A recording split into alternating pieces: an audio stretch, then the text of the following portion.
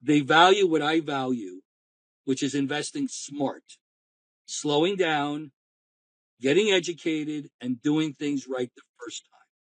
That's what I'm all about. That's part of my core principles. If you're a billionaire and your attitude is, we're just going to cowboy this whole thing and wing it, I'm not your guy. That's not how I'm built.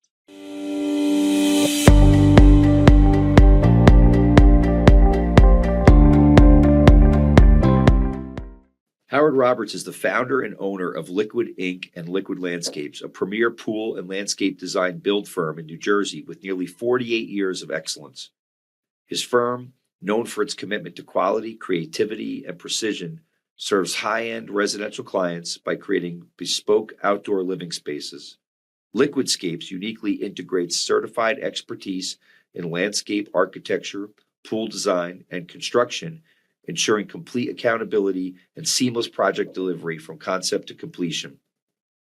Under Howard's leadership, the company has completed over 7,000 custom projects, each tailored to reflect the client's vision and site-specific needs. His work ranges from Central Park rooftop gardens in New York City to sprawling countryside estates and oceanfront properties. Liquidscape's reputation has earned a diverse clientele, including presidents, professional athletes, CEOs, and families, all of whom value Howard's dedication to craftsmanship and the long-term value he creates. Howard's design build philosophy stems from a passion for artistry and engineering, viewing landscapes as living canvases. His approach focuses on educating clients rather than selling them and empowering them to make informed, value-driven decisions. He built his company from the ground up after a difficult childhood, using resilience and self-determination to shape his life and his career. Today, Howard shares his experience through mentorship, helping thousands of individuals and professionals become the best versions of themselves. His life and work reflect his belief in embracing passion, nurturing talent, and delivering excellence with integrity and purpose. Let's unravel the fingerprints on success of Howard Roberts. Hey everyone, welcome to Fingerprints on Success. Thanks for being with us today. Today I'm joined by Howard Roberts. Howard is the owner and founder of Liquid Ink and Liquid Landscapes. Howard, thanks so much for coming on the show. My pleasure. So Howard, right away I want to jump right in and talk about your story. From what I understand, you have done over 7,000 landscape architectural design projects, which is really incredible. And I know it ranges from literally rooftop projects overlooking Central Park to farm estates and everything in between. Give us a little bit of your story. How did you get into this area? What was your journey to start this business and kick it off? Well, I'm a product of the '60s. I'll be 65 this summer, and I grew up in a great time, I consider, with sports and music. But as a kid, had a God-given talent of being an artist. I could always draw. I could always paint. I could always sculpt. I'd always push my grade up a little bit with an unbelievable cover on a story I read. Pushed me right up to a B or an A. I could always draw cartoons. I grew up with Mad Magazine and Snoopy, and grew up in a great time. A lot of artistic expression, and but there was never a real drive and passion behind my artistic ability. I didn't really know where to apply it other than through school projects or literally just to do it for friends or family or a gift for somebody for the holidays. But as a kid, I loved being outdoors. I loved physical nature of exercise and work. Loved architecture, loved engineering, loved interior design. All of it was a form of design, right? It was all a form of an artistic expression. And, as I told Tamara, had a very tough childhood. My best day, unfortunately for me, but fortunately for me, was when my father took his life when I was 9 years of age. When I was 9 years of age, and I was abused from age 3 to 9, and got a second chance on life at 9 years of age, and was the man of the house. So school was kind of on the radar, but not on the radar. Where I'm taking care of my brothers and sisters while my mom is also rebuilding her life, so she wasn't around much. And but so I had to grow up very quickly, you know. And things that I went through weren't discussed; they were kind of thrown under the carpet. But ironically, everybody I feel goes through a make or break point in their life. And I became very resilient and strong from that experience. And my feeling was, if I can survive this, I can really take on anything. And like I said, I grew up very fast. I was man in the house at 9. So school was kind of like a secondary thing where most kids, were focused on homework and things of that nature. And so I was lucky to graduate high school by the skin of my teeth. I was working by the time I was 12, 14 to bring in some extra money into the family. And so I really had no clear direction on what I wanted to do. Because I came from a dysfunctional family, I know I needed structure. I knew I needed discipline. And I thought I was going to become a police officer or I was going to join the force to get that stability and structure. I would gravitate to other families for a sense of normalcy. And ironically, um, I just started a lawn mowing business out of necessity. I was on my own by 18. My family moved to California. Me and my older sister stayed in New Jersey. And so I sold my Buick, bought a pickup, and just started a silly little lawn maintenance company in Westfield, New Jersey, where I grew up. And ironically, while my friends were going to college and coming home wanting to party and all that good stuff, I was like, hey guys, I got to go to work the next day. So ironically, the structure and discipline I needed was becoming self employed and becoming an entrepreneur because I had to make my rent and pay my bills.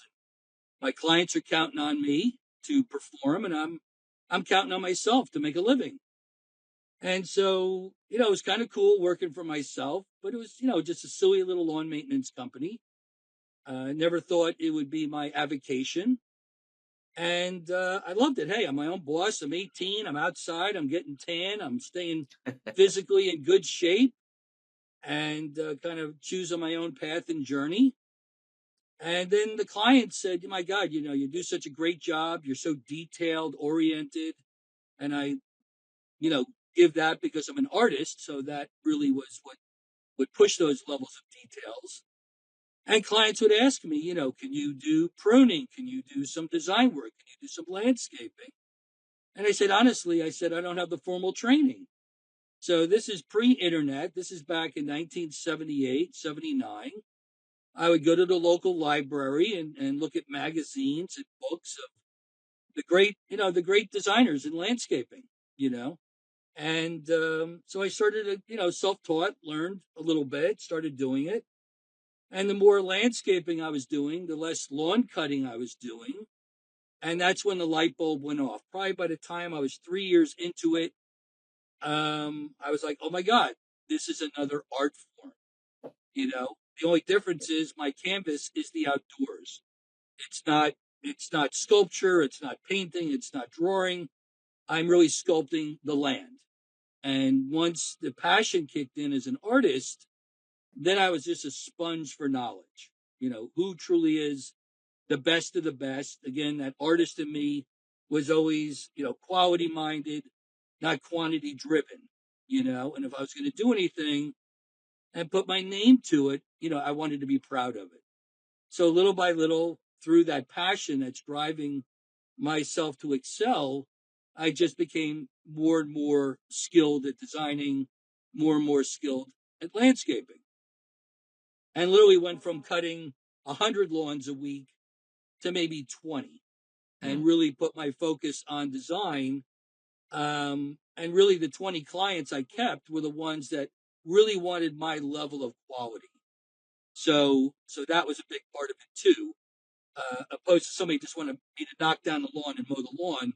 No, I wanted the bed lines perfect, the place pruned perfectly, and if my truck is parked in front of this residence, I really wanted to represent who I am as a person as much as a professional. So then I'm trying to grow the business, um, totally with no formal education, and trying to find people that value the same things I value. So I decided, yeah, maybe I'll hire a landscape architect because I love the aspects of the physical work in the field. So I used to look at landscape architects as gods. They're certified, they're licensed, they went to college. Some of the guys I met and interviewed had a chance through college to travel through Europe and look at the great gardens in Europe.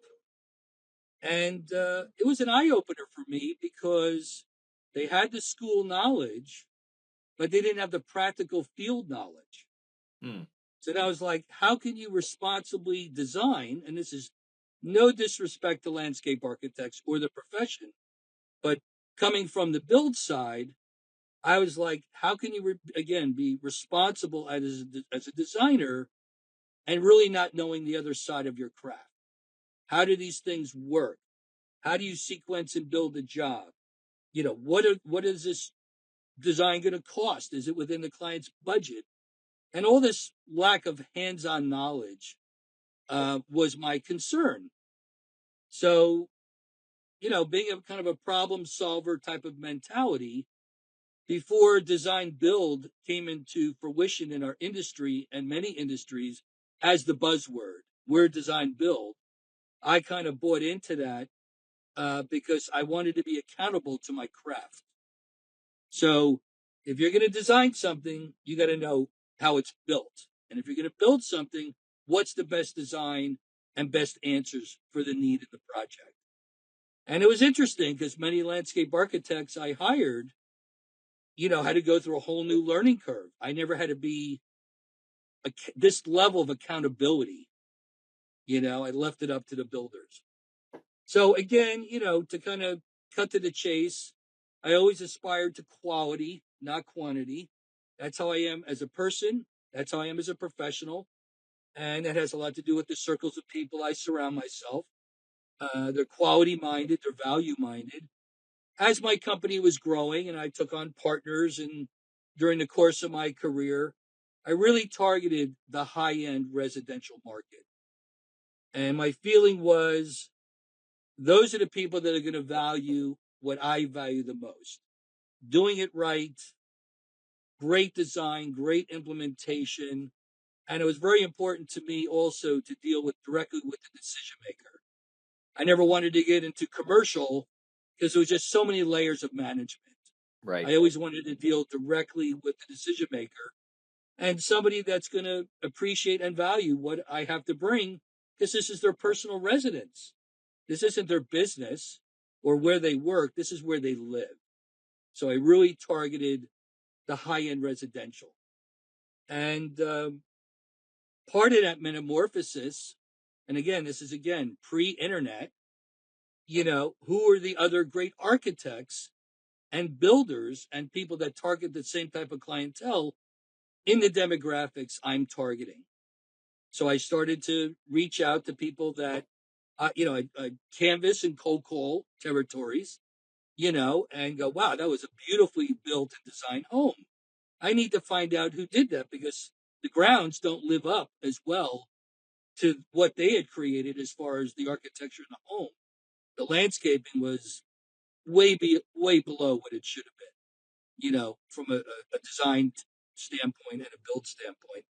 And so I got to know, some of the local guys and companies in the area. And I'm a big believer in collaboration. I'm a big believer in building strong business alliances. And I had to basically sell my value. They're like, why do I need to pull you into the mix? Well, to me, if I give a bad referral, it's going to reflect badly on me. And so that was a tough hurdle because I didn't have a big, impressive portfolio at that time. I was really selling me as a person Mm-hmm. and what my value system was and what was important to me. And several of them gave me that opportunity to do so. So, not to cut to the chase, but literally in my early 20s, I was maybe doing projects economically 10, 20, 30, $40,000. Today, fast track today, in my 48th year, I've done projects from 50,000 to 3.5 million. And if it's a 3.5 million build, it's probably a 20 to $30 million project between the acquisition of the property, the actual design of the home and build of the home, and then the vision that I'm creating. And these are homes that could be 10,000, 20,000, 40,000. I mean, crazy projects, really the top 1%ers. So one of the reasons why I was very enthusiastic in getting on and thanking Peter for the invitation is I've been a mentor my whole life. And the reason why it's so important to me is I never had a good role model. I never had a mentor. All I knew is what I didn't want to be, growing up. Mm-hmm. And so if I always used to say, if I had good role models, if I had good mentors, what would have been my true potential, my true capacity as an individual and as a person? And ironically, I kept asking that question, and that's what pushed me to excel. And I'm still not done, right? We're never done. We're never done, right? We're always looking to self improve. And so that's all I've been doing my whole life. I just had to do it the hard way. I have no regrets because I'm very grounded. And most artists who I consider myself an artist are not usually very grounded. Artists don't want to hear limits. They don't want to hear budgets. They don't want Right. to hear a ceiling. They don't want to hear a ceiling. And I'm very left and right minded. So as an artist, I'm very creative, but as a person, I'm very grounded and practical. And these Yeah. decisions have to make sense to me. So lots of times, when I'm dealing with these high end clients, they can afford anything they want. And their mentality is, if I throw money at something, I can have whatever I want. I'm above the law, meaning in my world, zoning requirements. And so really what I try to do is my MO has always been as an owner and as a person is I'm not there to sell my clients anything ever. I'm there to educate and inform.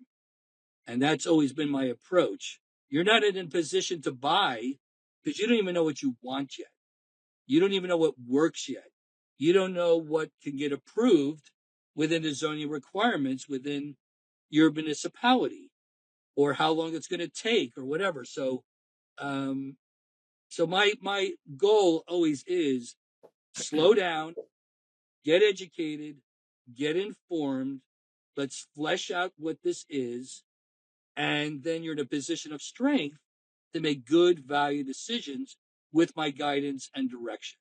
I And was when you do, smiling. I was smiling before because you talked about the disconnect between designing and building, and the disconnect between the artist and the kind of the practicality. And I'm smiling yeah, because anyone who has worked with an architect or built a house or maybe even worked with a landscape architect that doesn't have those same qualifications knows that if you set an artist loose with a design, they'll come up with a design that will, maybe blow the doors off your brain. But then when you practically try to figure out how you'd actually build it or implement it, it's either almost impossible or unaffordable. or unaffordable, even for someone Yeah, who's wealthy, because it gets to the point of being ridiculous. And right. even when people can afford something, sometimes they don't want to be ridiculous. One question I have for you is, do you remember, like, when you think back, do you remember the first, like, what big job that you got, right? Like the first one where you'd say, wow, this is, for me at the time, that this is a big job. Oh yeah, it was actually the owner of the Crystal Plaza, Alan Janoff, and that Sure. was probably back. A Oh my God, legendary catering establishment in New Jersey. yeah. Our So audience is nation and worldwide, so give to be people perspective. The Crystal Plaza is a very famous northern New Jersey catering facility with very grand architecture and grounds. Um, yeah, just so that the listeners know what you're referencing. So go ahead, yeah, tell us about it. yeah. So that's probably going back. I'm trying to think. That's either in the late '80s or early '90s. Wow. and Alan was doing a major renovation of his home in Short Hills. And how I got introduced, I honestly can't remember, or he found me. We hit it off really well, and he hired me to create the vision for his property. And of course, it was all about entertaining and family and friends, and probably even clients. So at that time, it was like a $400,000 or $500,000 job. Back in the late '80s, early '90s, which probably prior to that, the biggest job I did was 100,000. Right. You know, so A but lot of pressure when you get a job like that too, or yeah, earlier in your career success, right? yeah. I had one client, very successful financial guy, who was in the Oriental market, came back to move to Summit, and the psychology was interesting. Where he had so much confidence in my ability, and it was like $1 million job. He paid me like 80% up front. And he said, Howie, and it was the biggest check I ever held in my life. And he said, Howie, now the pressure's off of me. I fulfilled my obligation and commitment, and now you got to deliver. And I was like, wow. And it was a great experience. And I probably don't have time to get into that particular case study, but the greatest thing about that case study was uh, through my education, I saved the gentleman $6 million in construction costs. Wow. And I said to Bill, very savvy, intelligent, successful guy, I said the perception of me in my industry, mostly me, is I do two things. I either dig a hole and I stick a pool in it, or I dig a hole and I stick a tree in it. But really, what I did is I helped to assess and evaluate a $4 million purchase of a property in Summit. It was a double lot. We were going to conform it to one. And I convinced you, instead of building your 10,000 square foot dream home and tearing two houses down, I convinced you, let's keep one house and not build a new. And I saved you $6 million in construction costs. And I said, we did a financial analysis and we did a feasibility study. But I just build pools and landscapes. Right. So how am I ever, and I almost have become with my clients an asset manager, because and I always say to people, for a kid that was lucky to graduate high school, I never understood, other than your business and your family, your second largest investment is your home. And we have been so conditioned to give such little thought of that investment. I'm going to hire a realtor to go look at a property. And then eventually I'm going to hire a builder, or maybe an architect or builder in both, either to renovate or to build new. And I'm going to have a home inspector maybe inspect the home, and have an attorney, help me close on the property. But we bring such tremendous value because what I understand is how to invest in land. And I've had, I that's one of the things for 48 years, Bill, I've been trying to fix and correct. And we're jumping around here, but COVID is a classic example of a buying frenzy. And so many people bought without even knowing what they bought, especially people from the city that the learning curve isn't even there. They never owned a home in their life. And they're buying a home for the first time, coming to the suburbs of New Jersey and dropping millions, only for me to show up later and say, you bought the wrong property, or the property you bought comes with tremendous added cost. So, but it was just such an emotional frenzy, not their typical, but almost doing this for 50 years. I wrote an article in a local publication in Bernardsville about the do's and don'ts, and to protect people. And all we've heard is that as consumers, we're more educated, we're more informed, we're more savvy buyers. I hate to tell the reality of that. It's not the case. I am having the same conversations I had 10, 20, 30, 40 years ago. Yeah. And Let me take you back. Let me take you back a little bit too, because our entrepreneurs out there that are our primary listeners, um, you know, they when you hear a success story, you love to kind of talk about a few things, but one of them is scaling, right? Growing a company, growing a business. Obviously, where you are today in terms of the size of your business is a Mhm. lot different than where you were 30 years ago. Right. Um, how did you grow your business? Was was it was it through relationships, marketing? Um, did those high end builders create an avenue to scale and to grow at a bigger rate? Like, give us a sense of how how you were able to grow it, because every entrepreneur loves to see their creation grow and become something bigger and bigger. And how did you do it? It's my answer is going to be pretty nuts and bolts to start Okay. with. Number one, do what you love. We are all born with innate gifts and talents. And the most unfortunate thing is when you don't even realize it and you don't tap into it. So many people say to me, and I deal with thousands of walks of life over 50 years of business, they never knew what their talent was, right? Even my wife is still seeking that, and she's going to be 62. What is my talent? And I would say to people, your talents are the things that come easy to you that you take for granted.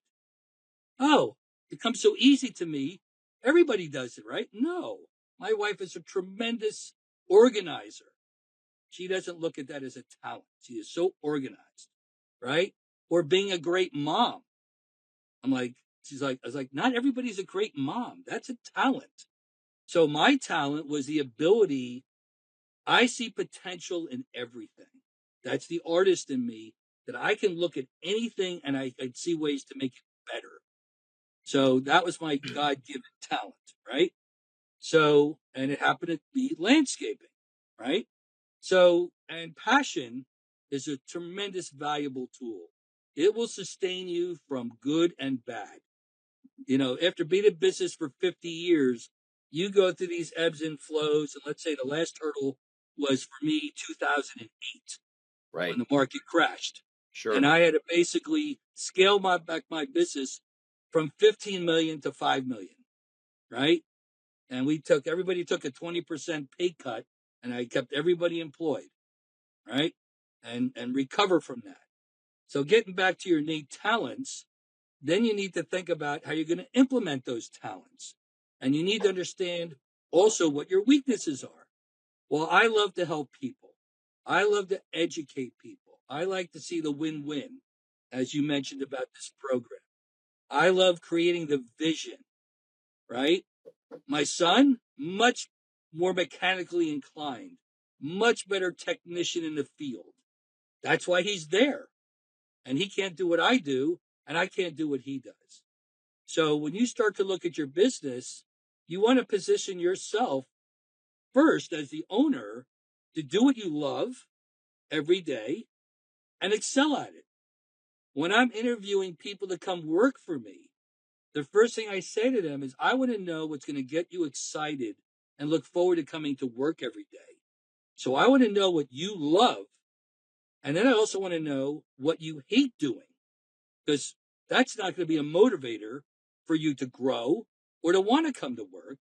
And why would I pay you or have my clients pay you doing something you don't enjoy? You're not going to be efficient at, right? And it's funny when you share those things, people are afraid that if they share their weaknesses, they think they're expendable. No, you're giving me value. You're giving yourself value by me setting you up for success and paying to do what you do best, right? Right. So my goal was never to get bigger. My goal was always to get better. Again, it was always a boutique minded operation of quality, not quantity. I didn't want to be the Walmart brand of my industry, right? I wanted to be the Ferrari. And in fact, we are like Ferrari and greater than Ferrari, because in 50 years almost in business, I've never designed or built the same project twice. Every job is pure custom. Even Ferrari can't say that. That's true. Okay. So that's how hard it is what we do. But the reason why it's one of a kind is every client is different. Every need is different. Every home is different. Every site is different. Every budget is different. Every requirement is different. It can never be a widget. It can never be a one size. So as an entrepreneur, to scale your business, another thing that you'll find is your business will speak back to you. Either the business will say, like for the first 25 years I was doing this, we designed pools, we didn't build the pools. I already had enough on my plate. And I went through like 16 different pool builders from New York, New Jersey, Connecticut, didn't work out. And I'm feeding them millions of dollars of work, and it's only a liability and a headache coming back to me. I was like, enough. We're building the pools in house. I started a growing division because it was hard to get certain material for my business. So I started to grow it myself. I started a maintenance division. We would build these beautiful projects and nobody was qualified to maintain them. Right. So it's compromising my product. It's compromising the return on the investment of my client's product. And even when I want to go out and take photos of my work, I'm like, who's maintaining this place? It's horrible. So I started a maintenance division. So a lot of growth is driven by solving a problem or seizing an opportunity. So I created multiple profit centers within my firm to also protect my clients and protect my product. Interesting. So And that's what at the kind of same, drives scale, yeah, no, right? because not only you didn't just scale up in terms of customers and market, but the deliverables to the customer. Right, You figured out every deliverable that could be made to that customer, which was, high quality for them, but also at the same time, you're creating more services that they need and that you're able to deliver at a high level. What I right. like about that too is, it's interesting too. Like, I recently had a guest who talked about how, which I'm going to get to this question for you in a second too, which is the not so good stuff. Like, where'd you make mistakes? Yeah. But we'll get there in a second. But what he said to me was, you know, he's learning to stay in your lane Hmm. and do the things that are natural that you're good at or have the ability to be good at, and that Right. sometimes there's an irresistible urge to exit your lane into things Yes. that aren't complementary. And what Yeah. you've done here is, in building this business, all these things you just mentioned are all logical complementary pieces to the Right. skills that you already possessed, and we were able to scale by figuring out all those additional deliverables. Well, it was so um, funny. Even my accountant Bill would say to me, why don't you diversify your portfolio, right? On a personal level as well as a business level. And I'd say, I invest in what I can control and know, right. opposed to somebody that I know nothing about it and I'm leaving it up to them and trusting them. So to expand my operation years ago, I bought a property that had highway frontage. That was two lots. One was a 2 acre lot for the business. 7 acres was farmed. And to meet, um, uh, to conform to local ordinance to run a business on this highway, I had to conjoin both lots to have the required lot size. I think it was C2 zoning or something like that. I can't remember, it's so long ago. But within that, I bought a property that's now 9 acres that is commercially zoned and farm assessed. So I got the tax abatement of $16,000 a year being a farm operation, and also performing my construction company. And I grew trees on the property, which only created another profit center for Sure. my business. So, there's, you gotta, I can't tell you how many business owners, but that will say, oh my God, it's just such a grind. Or example, I have two guys that I've fed work for years. They do all the clerical. Their mom used to do the clerical. Their mom retired. Now the two brothers do the clerical. They don't have time to do the clerical, let alone, or they're not even good at it. And I'd say, Right. guys, I have to chase you to send me an invoice. That's not a good building practice. My God. Stick with what you do well and get an admin person. They said Yeah. you've been struggling with this for years. You're wearing too many hats, you know? Have you had over the years, when you reflect back, like certain kind of mindsets or guiding principles that when you go back and think about it, you say to yourself, because of of the way I acted, or the way I thought, that made a huge difference in my success. Have you had anything like that when you reflect back on your success? Well, definitely my resilience, pays dividends because I've had so many ups and downs from a personal level to a professional level, so many people live in fear and end up just standing still instead of taking a calculated risk. So I've always been very resilient. I My classic line to my three kids, who are all adults and one works for me, is this is what dad has figured out without going to school. 5% get it and 1% really get it. And that's why I target the one percenters. And what I mean by that is they value what I value, which is investing smart, slowing down, getting educated, and doing things right the first time. That's what I'm all about. That's part Hmm. of my core principles. If you're a billionaire and your attitude is, we're just going to cowboy this whole thing and wing it, I'm not your guy. That's not how I'm built. Find somebody else. And it'll be the same guy that'll come back to me 9 years later, and he did, and said, I'm tired of throwing good money to bad. I said, because you're not willing to embrace the process. You just want to wing it. You like to see the dirt flying. You like to see action with no planning. It's going to come back to bite you. So, um, other principles, like I said, I see potential in everything. Ironically, that's a good quality and a bad quality for me because I found out I saw more potential in an individual than they saw in themselves. And I would end up doing 80% of the lifting. And it's exhausting, right? It's exhausting. So now I'm really, pushing people a little bit harder to have a little more skin in the game because I don't want to do 80% of the lifting. And I'd say to employees and my kids, shame on the employer that doesn't take full advantage of somebody that wants to grow and they leave because there was no growth opportunities.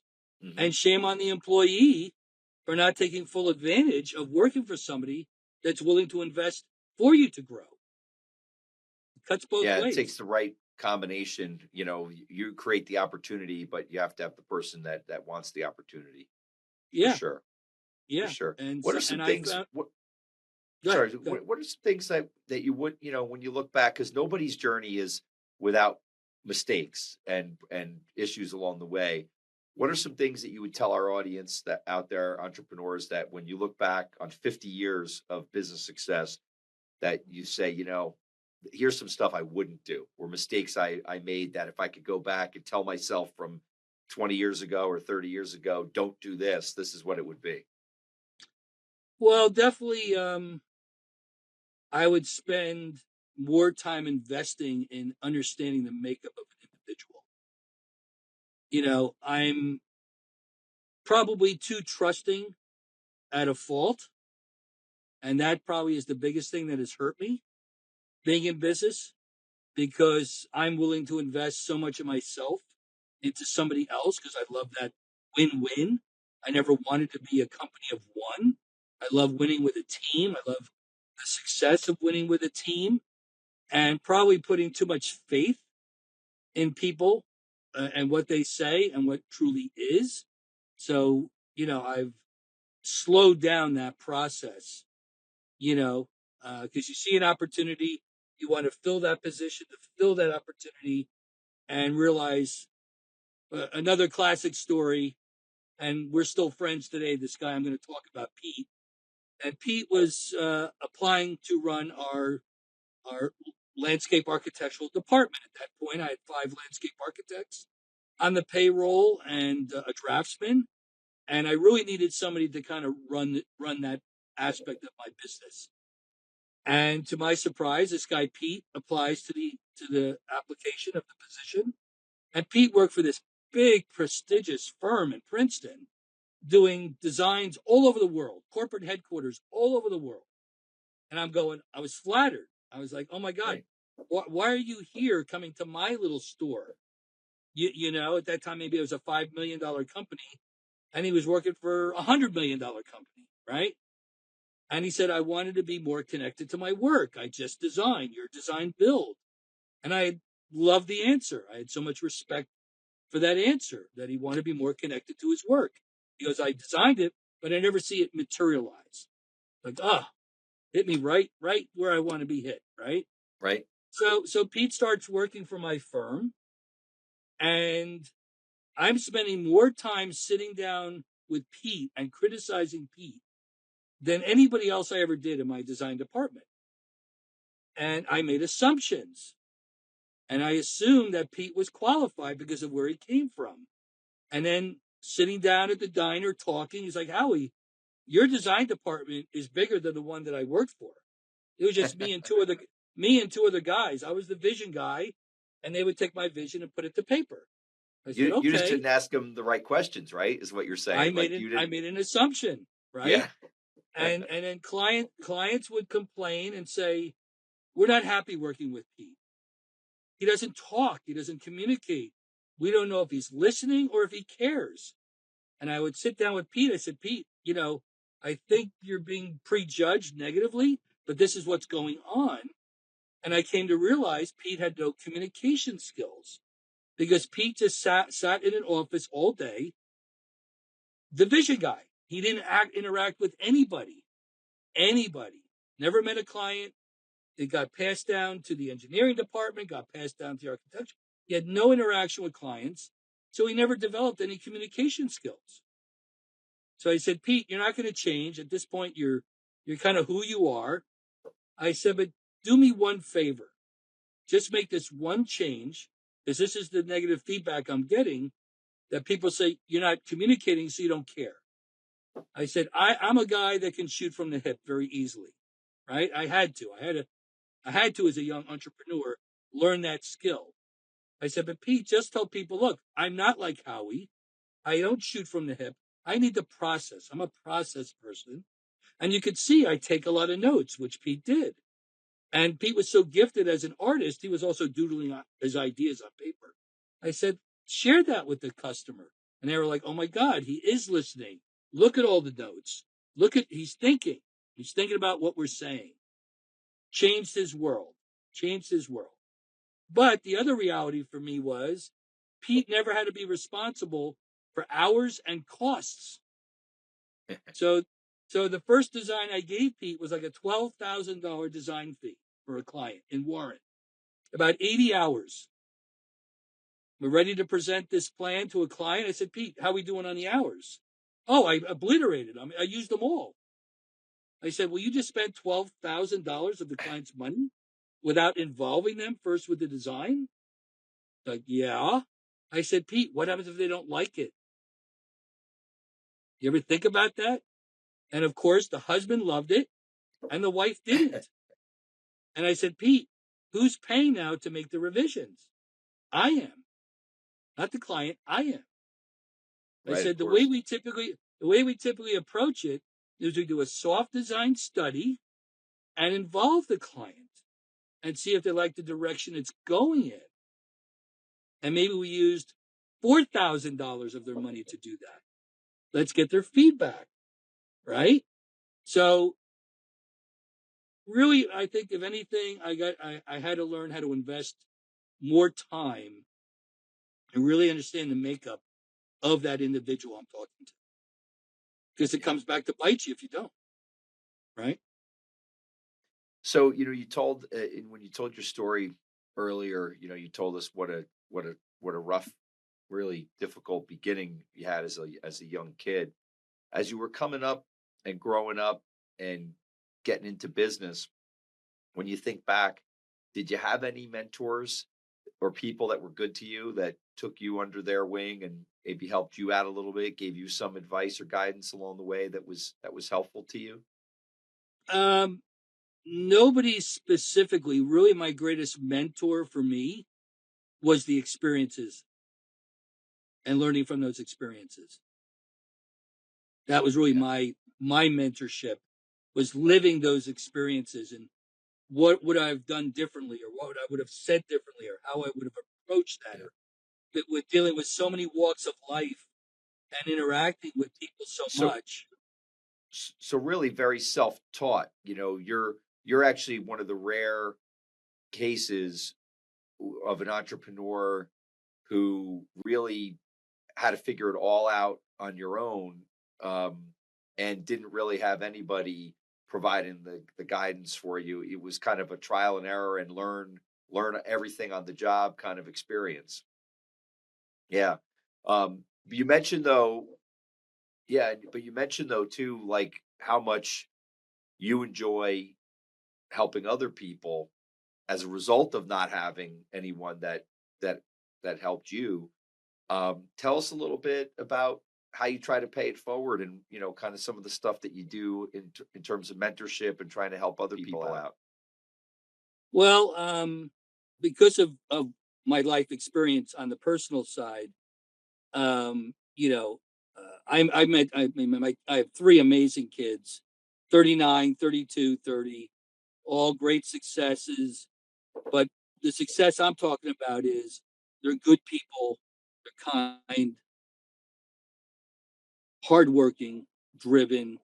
They have a solid foundation. And as parents, we are the biggest influencers of our kids' future. And so I always remind people, the more you invest in your children, the more return you're going to see, and they'll make you proud. Yeah. So I I can't control myself. If I see an opportunity, I jump right in it. You know, um, because it's there's so much fear and doubt in society today, and it's all because of those influences. You're not good enough. You're not smart enough. Why are you doing this? Not doing that. You should be thinking about. It's all negative. It's all negative. And the one compliment my three kids, gave us is you embraced us for who we are as people.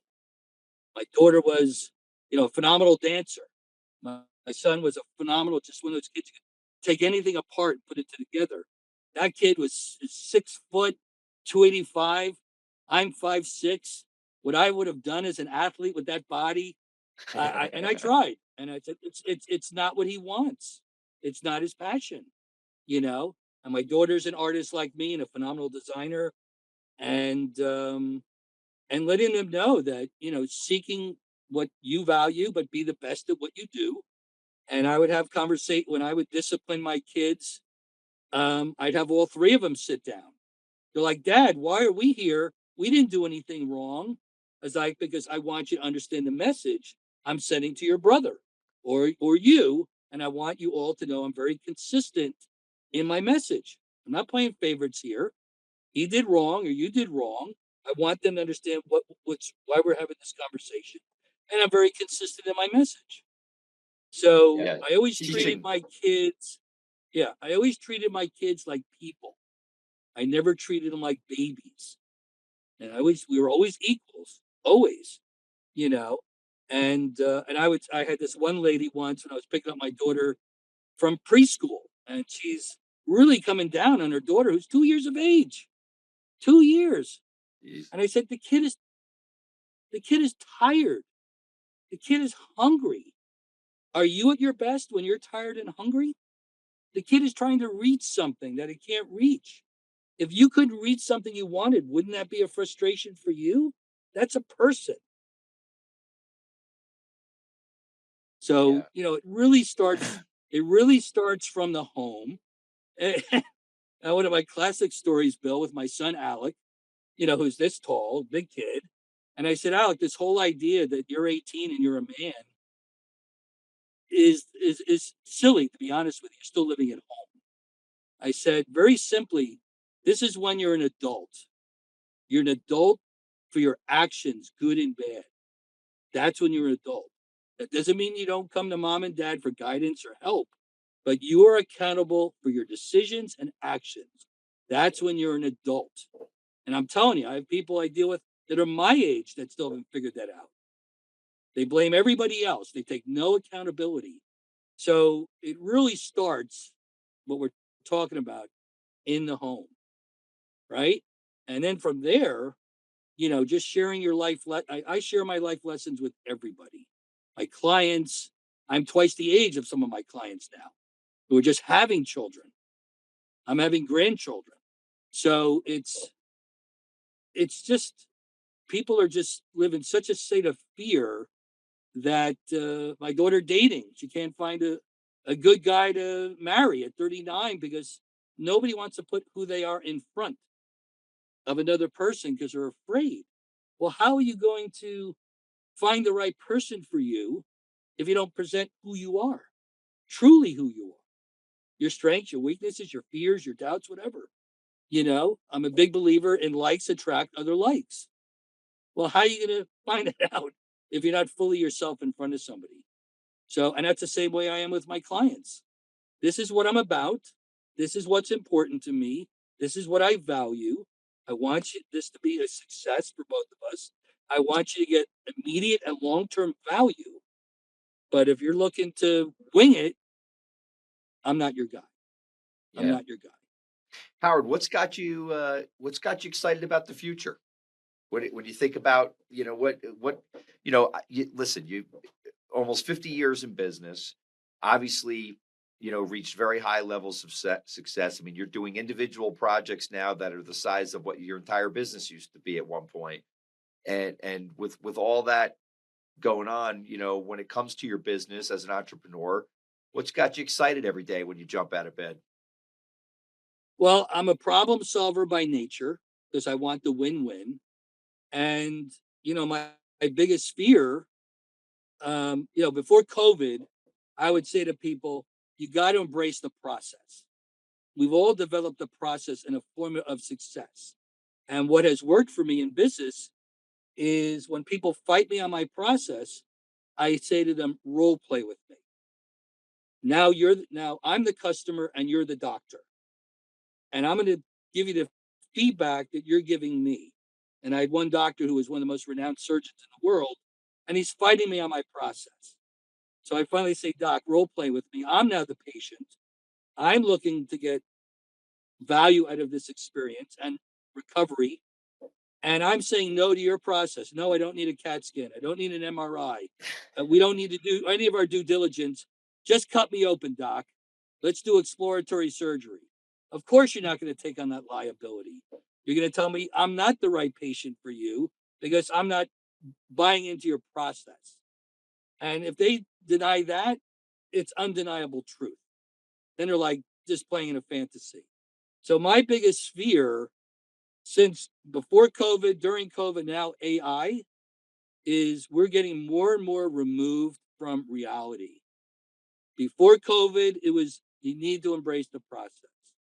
During COVID, it's like first you need to live in reality. You understand what's going on in the world and then embrace the process. Now we've got AI, this amazing tool, and it is going to be an amazing tool in the qualified hands. In the unqualified hands, it's a problem. I'm seeing stuff from AI on social media. It's just pure fantasy. Homes designed on sides of cliffs, that could never be built. You can't even get the material to the job.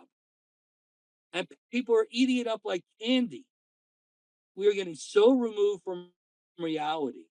So, what am I doing to fix that? I'm working with a dear friend of mine who's in the building industry. He's been working on it for 3 years.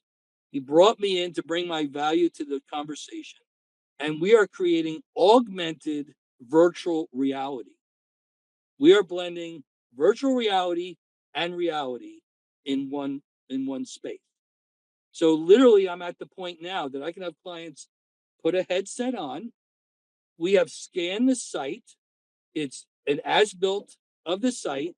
I'm taking my CAD drawings, putting it in virtual, and the clients can literally put the headset on and live in the space before we build it, Wow. because people can't visualize anything, right? Yeah. And now they're actually living in the space, but it's not a fantasy. It's reality. This is the real design I'm proposing for your site. And this is really the site conditions we're dealing with. And the other part people have a problem with is not just visualizing it, the scale and magnitude. I can put it in the palm of their hand. I can blow it up to full scale and live in the space in their home while I'm at my home. They don't even need to come see me. This is a global changer, Yeah, but that's it's wild. driven by reality, reality. And that's what I'm about. And I'm just fearful of the direction of where we're going. The people with the greatest followers on these social medias are just spoon feeding fantasy, not Well, reality. People let's are stay jumping positive. into that hoop. Let's let's stay positive on as we conclude and talk more about your project you just described, which has got you excited. Um, is that like go live right now? Like if I were a customer with I've got a raw piece of land and I'm looking for this design with a pool and all, like I can put on a headset right now after you're done and live that space and see it completed and everything else. Yep, yep, yep. We That's can do it with the house. We can do it with the land. I'm now working with a wholesale retail guy I buy a lot of product from. We're scanning all his inventory. So when people are in our design studio, I can just, because all that is going into my database. Oh, you want this kind of stone? Let me just hit this button. What do you think of this stone? Oh, you want to change? So it's being applied in so many different sectors. Like, you want to see what it feels like to stand under this pergola? Well, I scanned it. Okay, I'm going to put it to full scale, and you're going to sit under it. How does it feel? So I'm actually helping him awesome. with his product. Yeah. So Yeah, it's you're creating a user experience for a project, but as you said, you're using the technology so somebody can experience the reality of what can actually be done and what we're and furnishing, Bill. Yeah, we're furnishing homes before the clients buy the furniture. Make yeah. the small investment before you make the big investment. But what I And think I'm is working with cool is like people have done projects where where they can do kind of like a virtual design, interior design, but you know what you describe, what you're delivering, which I think is a little unique compared to others. This concept of being able to kind of put on the headset and have a virtual experience with everything from the house to the landscape to the whole outdoor experience that you create is really and is it's cool. real. And it's real because we're scanning the site like a surveyor would scan. We're scanning the site and getting all the as-built conditions. So when we're adding that layer of the virtual, it's to your exact property. It's not fantasy. This really works to the conditions of your property. I'm even working with investors right now on that. That's cool. So you don't even have to, so it's, and then we can literally scan the whole build too. So, so if somebody wants a full as-built model of their project, we can scan the whole build. Every time a critical point occurs, we can scan it. We've excavated for the foundation. We scanned it. We poured and formed the foundation. We scanned it. We framed the house. We scanned it. We can give you a full as-built model. So you know exactly what you paid for. If you sell it from a resale standpoint, this is why I'm asking this price for this house. This is what's in this home. This is what is behind the walls and under the ground. Oh my God. Total Amazing. transparency. Amazing. Yeah. Well, Howard, So that, I think it's really exciting. And I want to thank you for coming on the show today, for sharing your story and I congratulate you on nearly 50 years of success as an entrepreneur. And I love the fact that, you're still fired up, excited, growing, and continuing to develop your business that you've spent, all these years building. So I really just want to thank you for taking the time and coming on the show today. Yeah, thank you so much. It was a pleasure.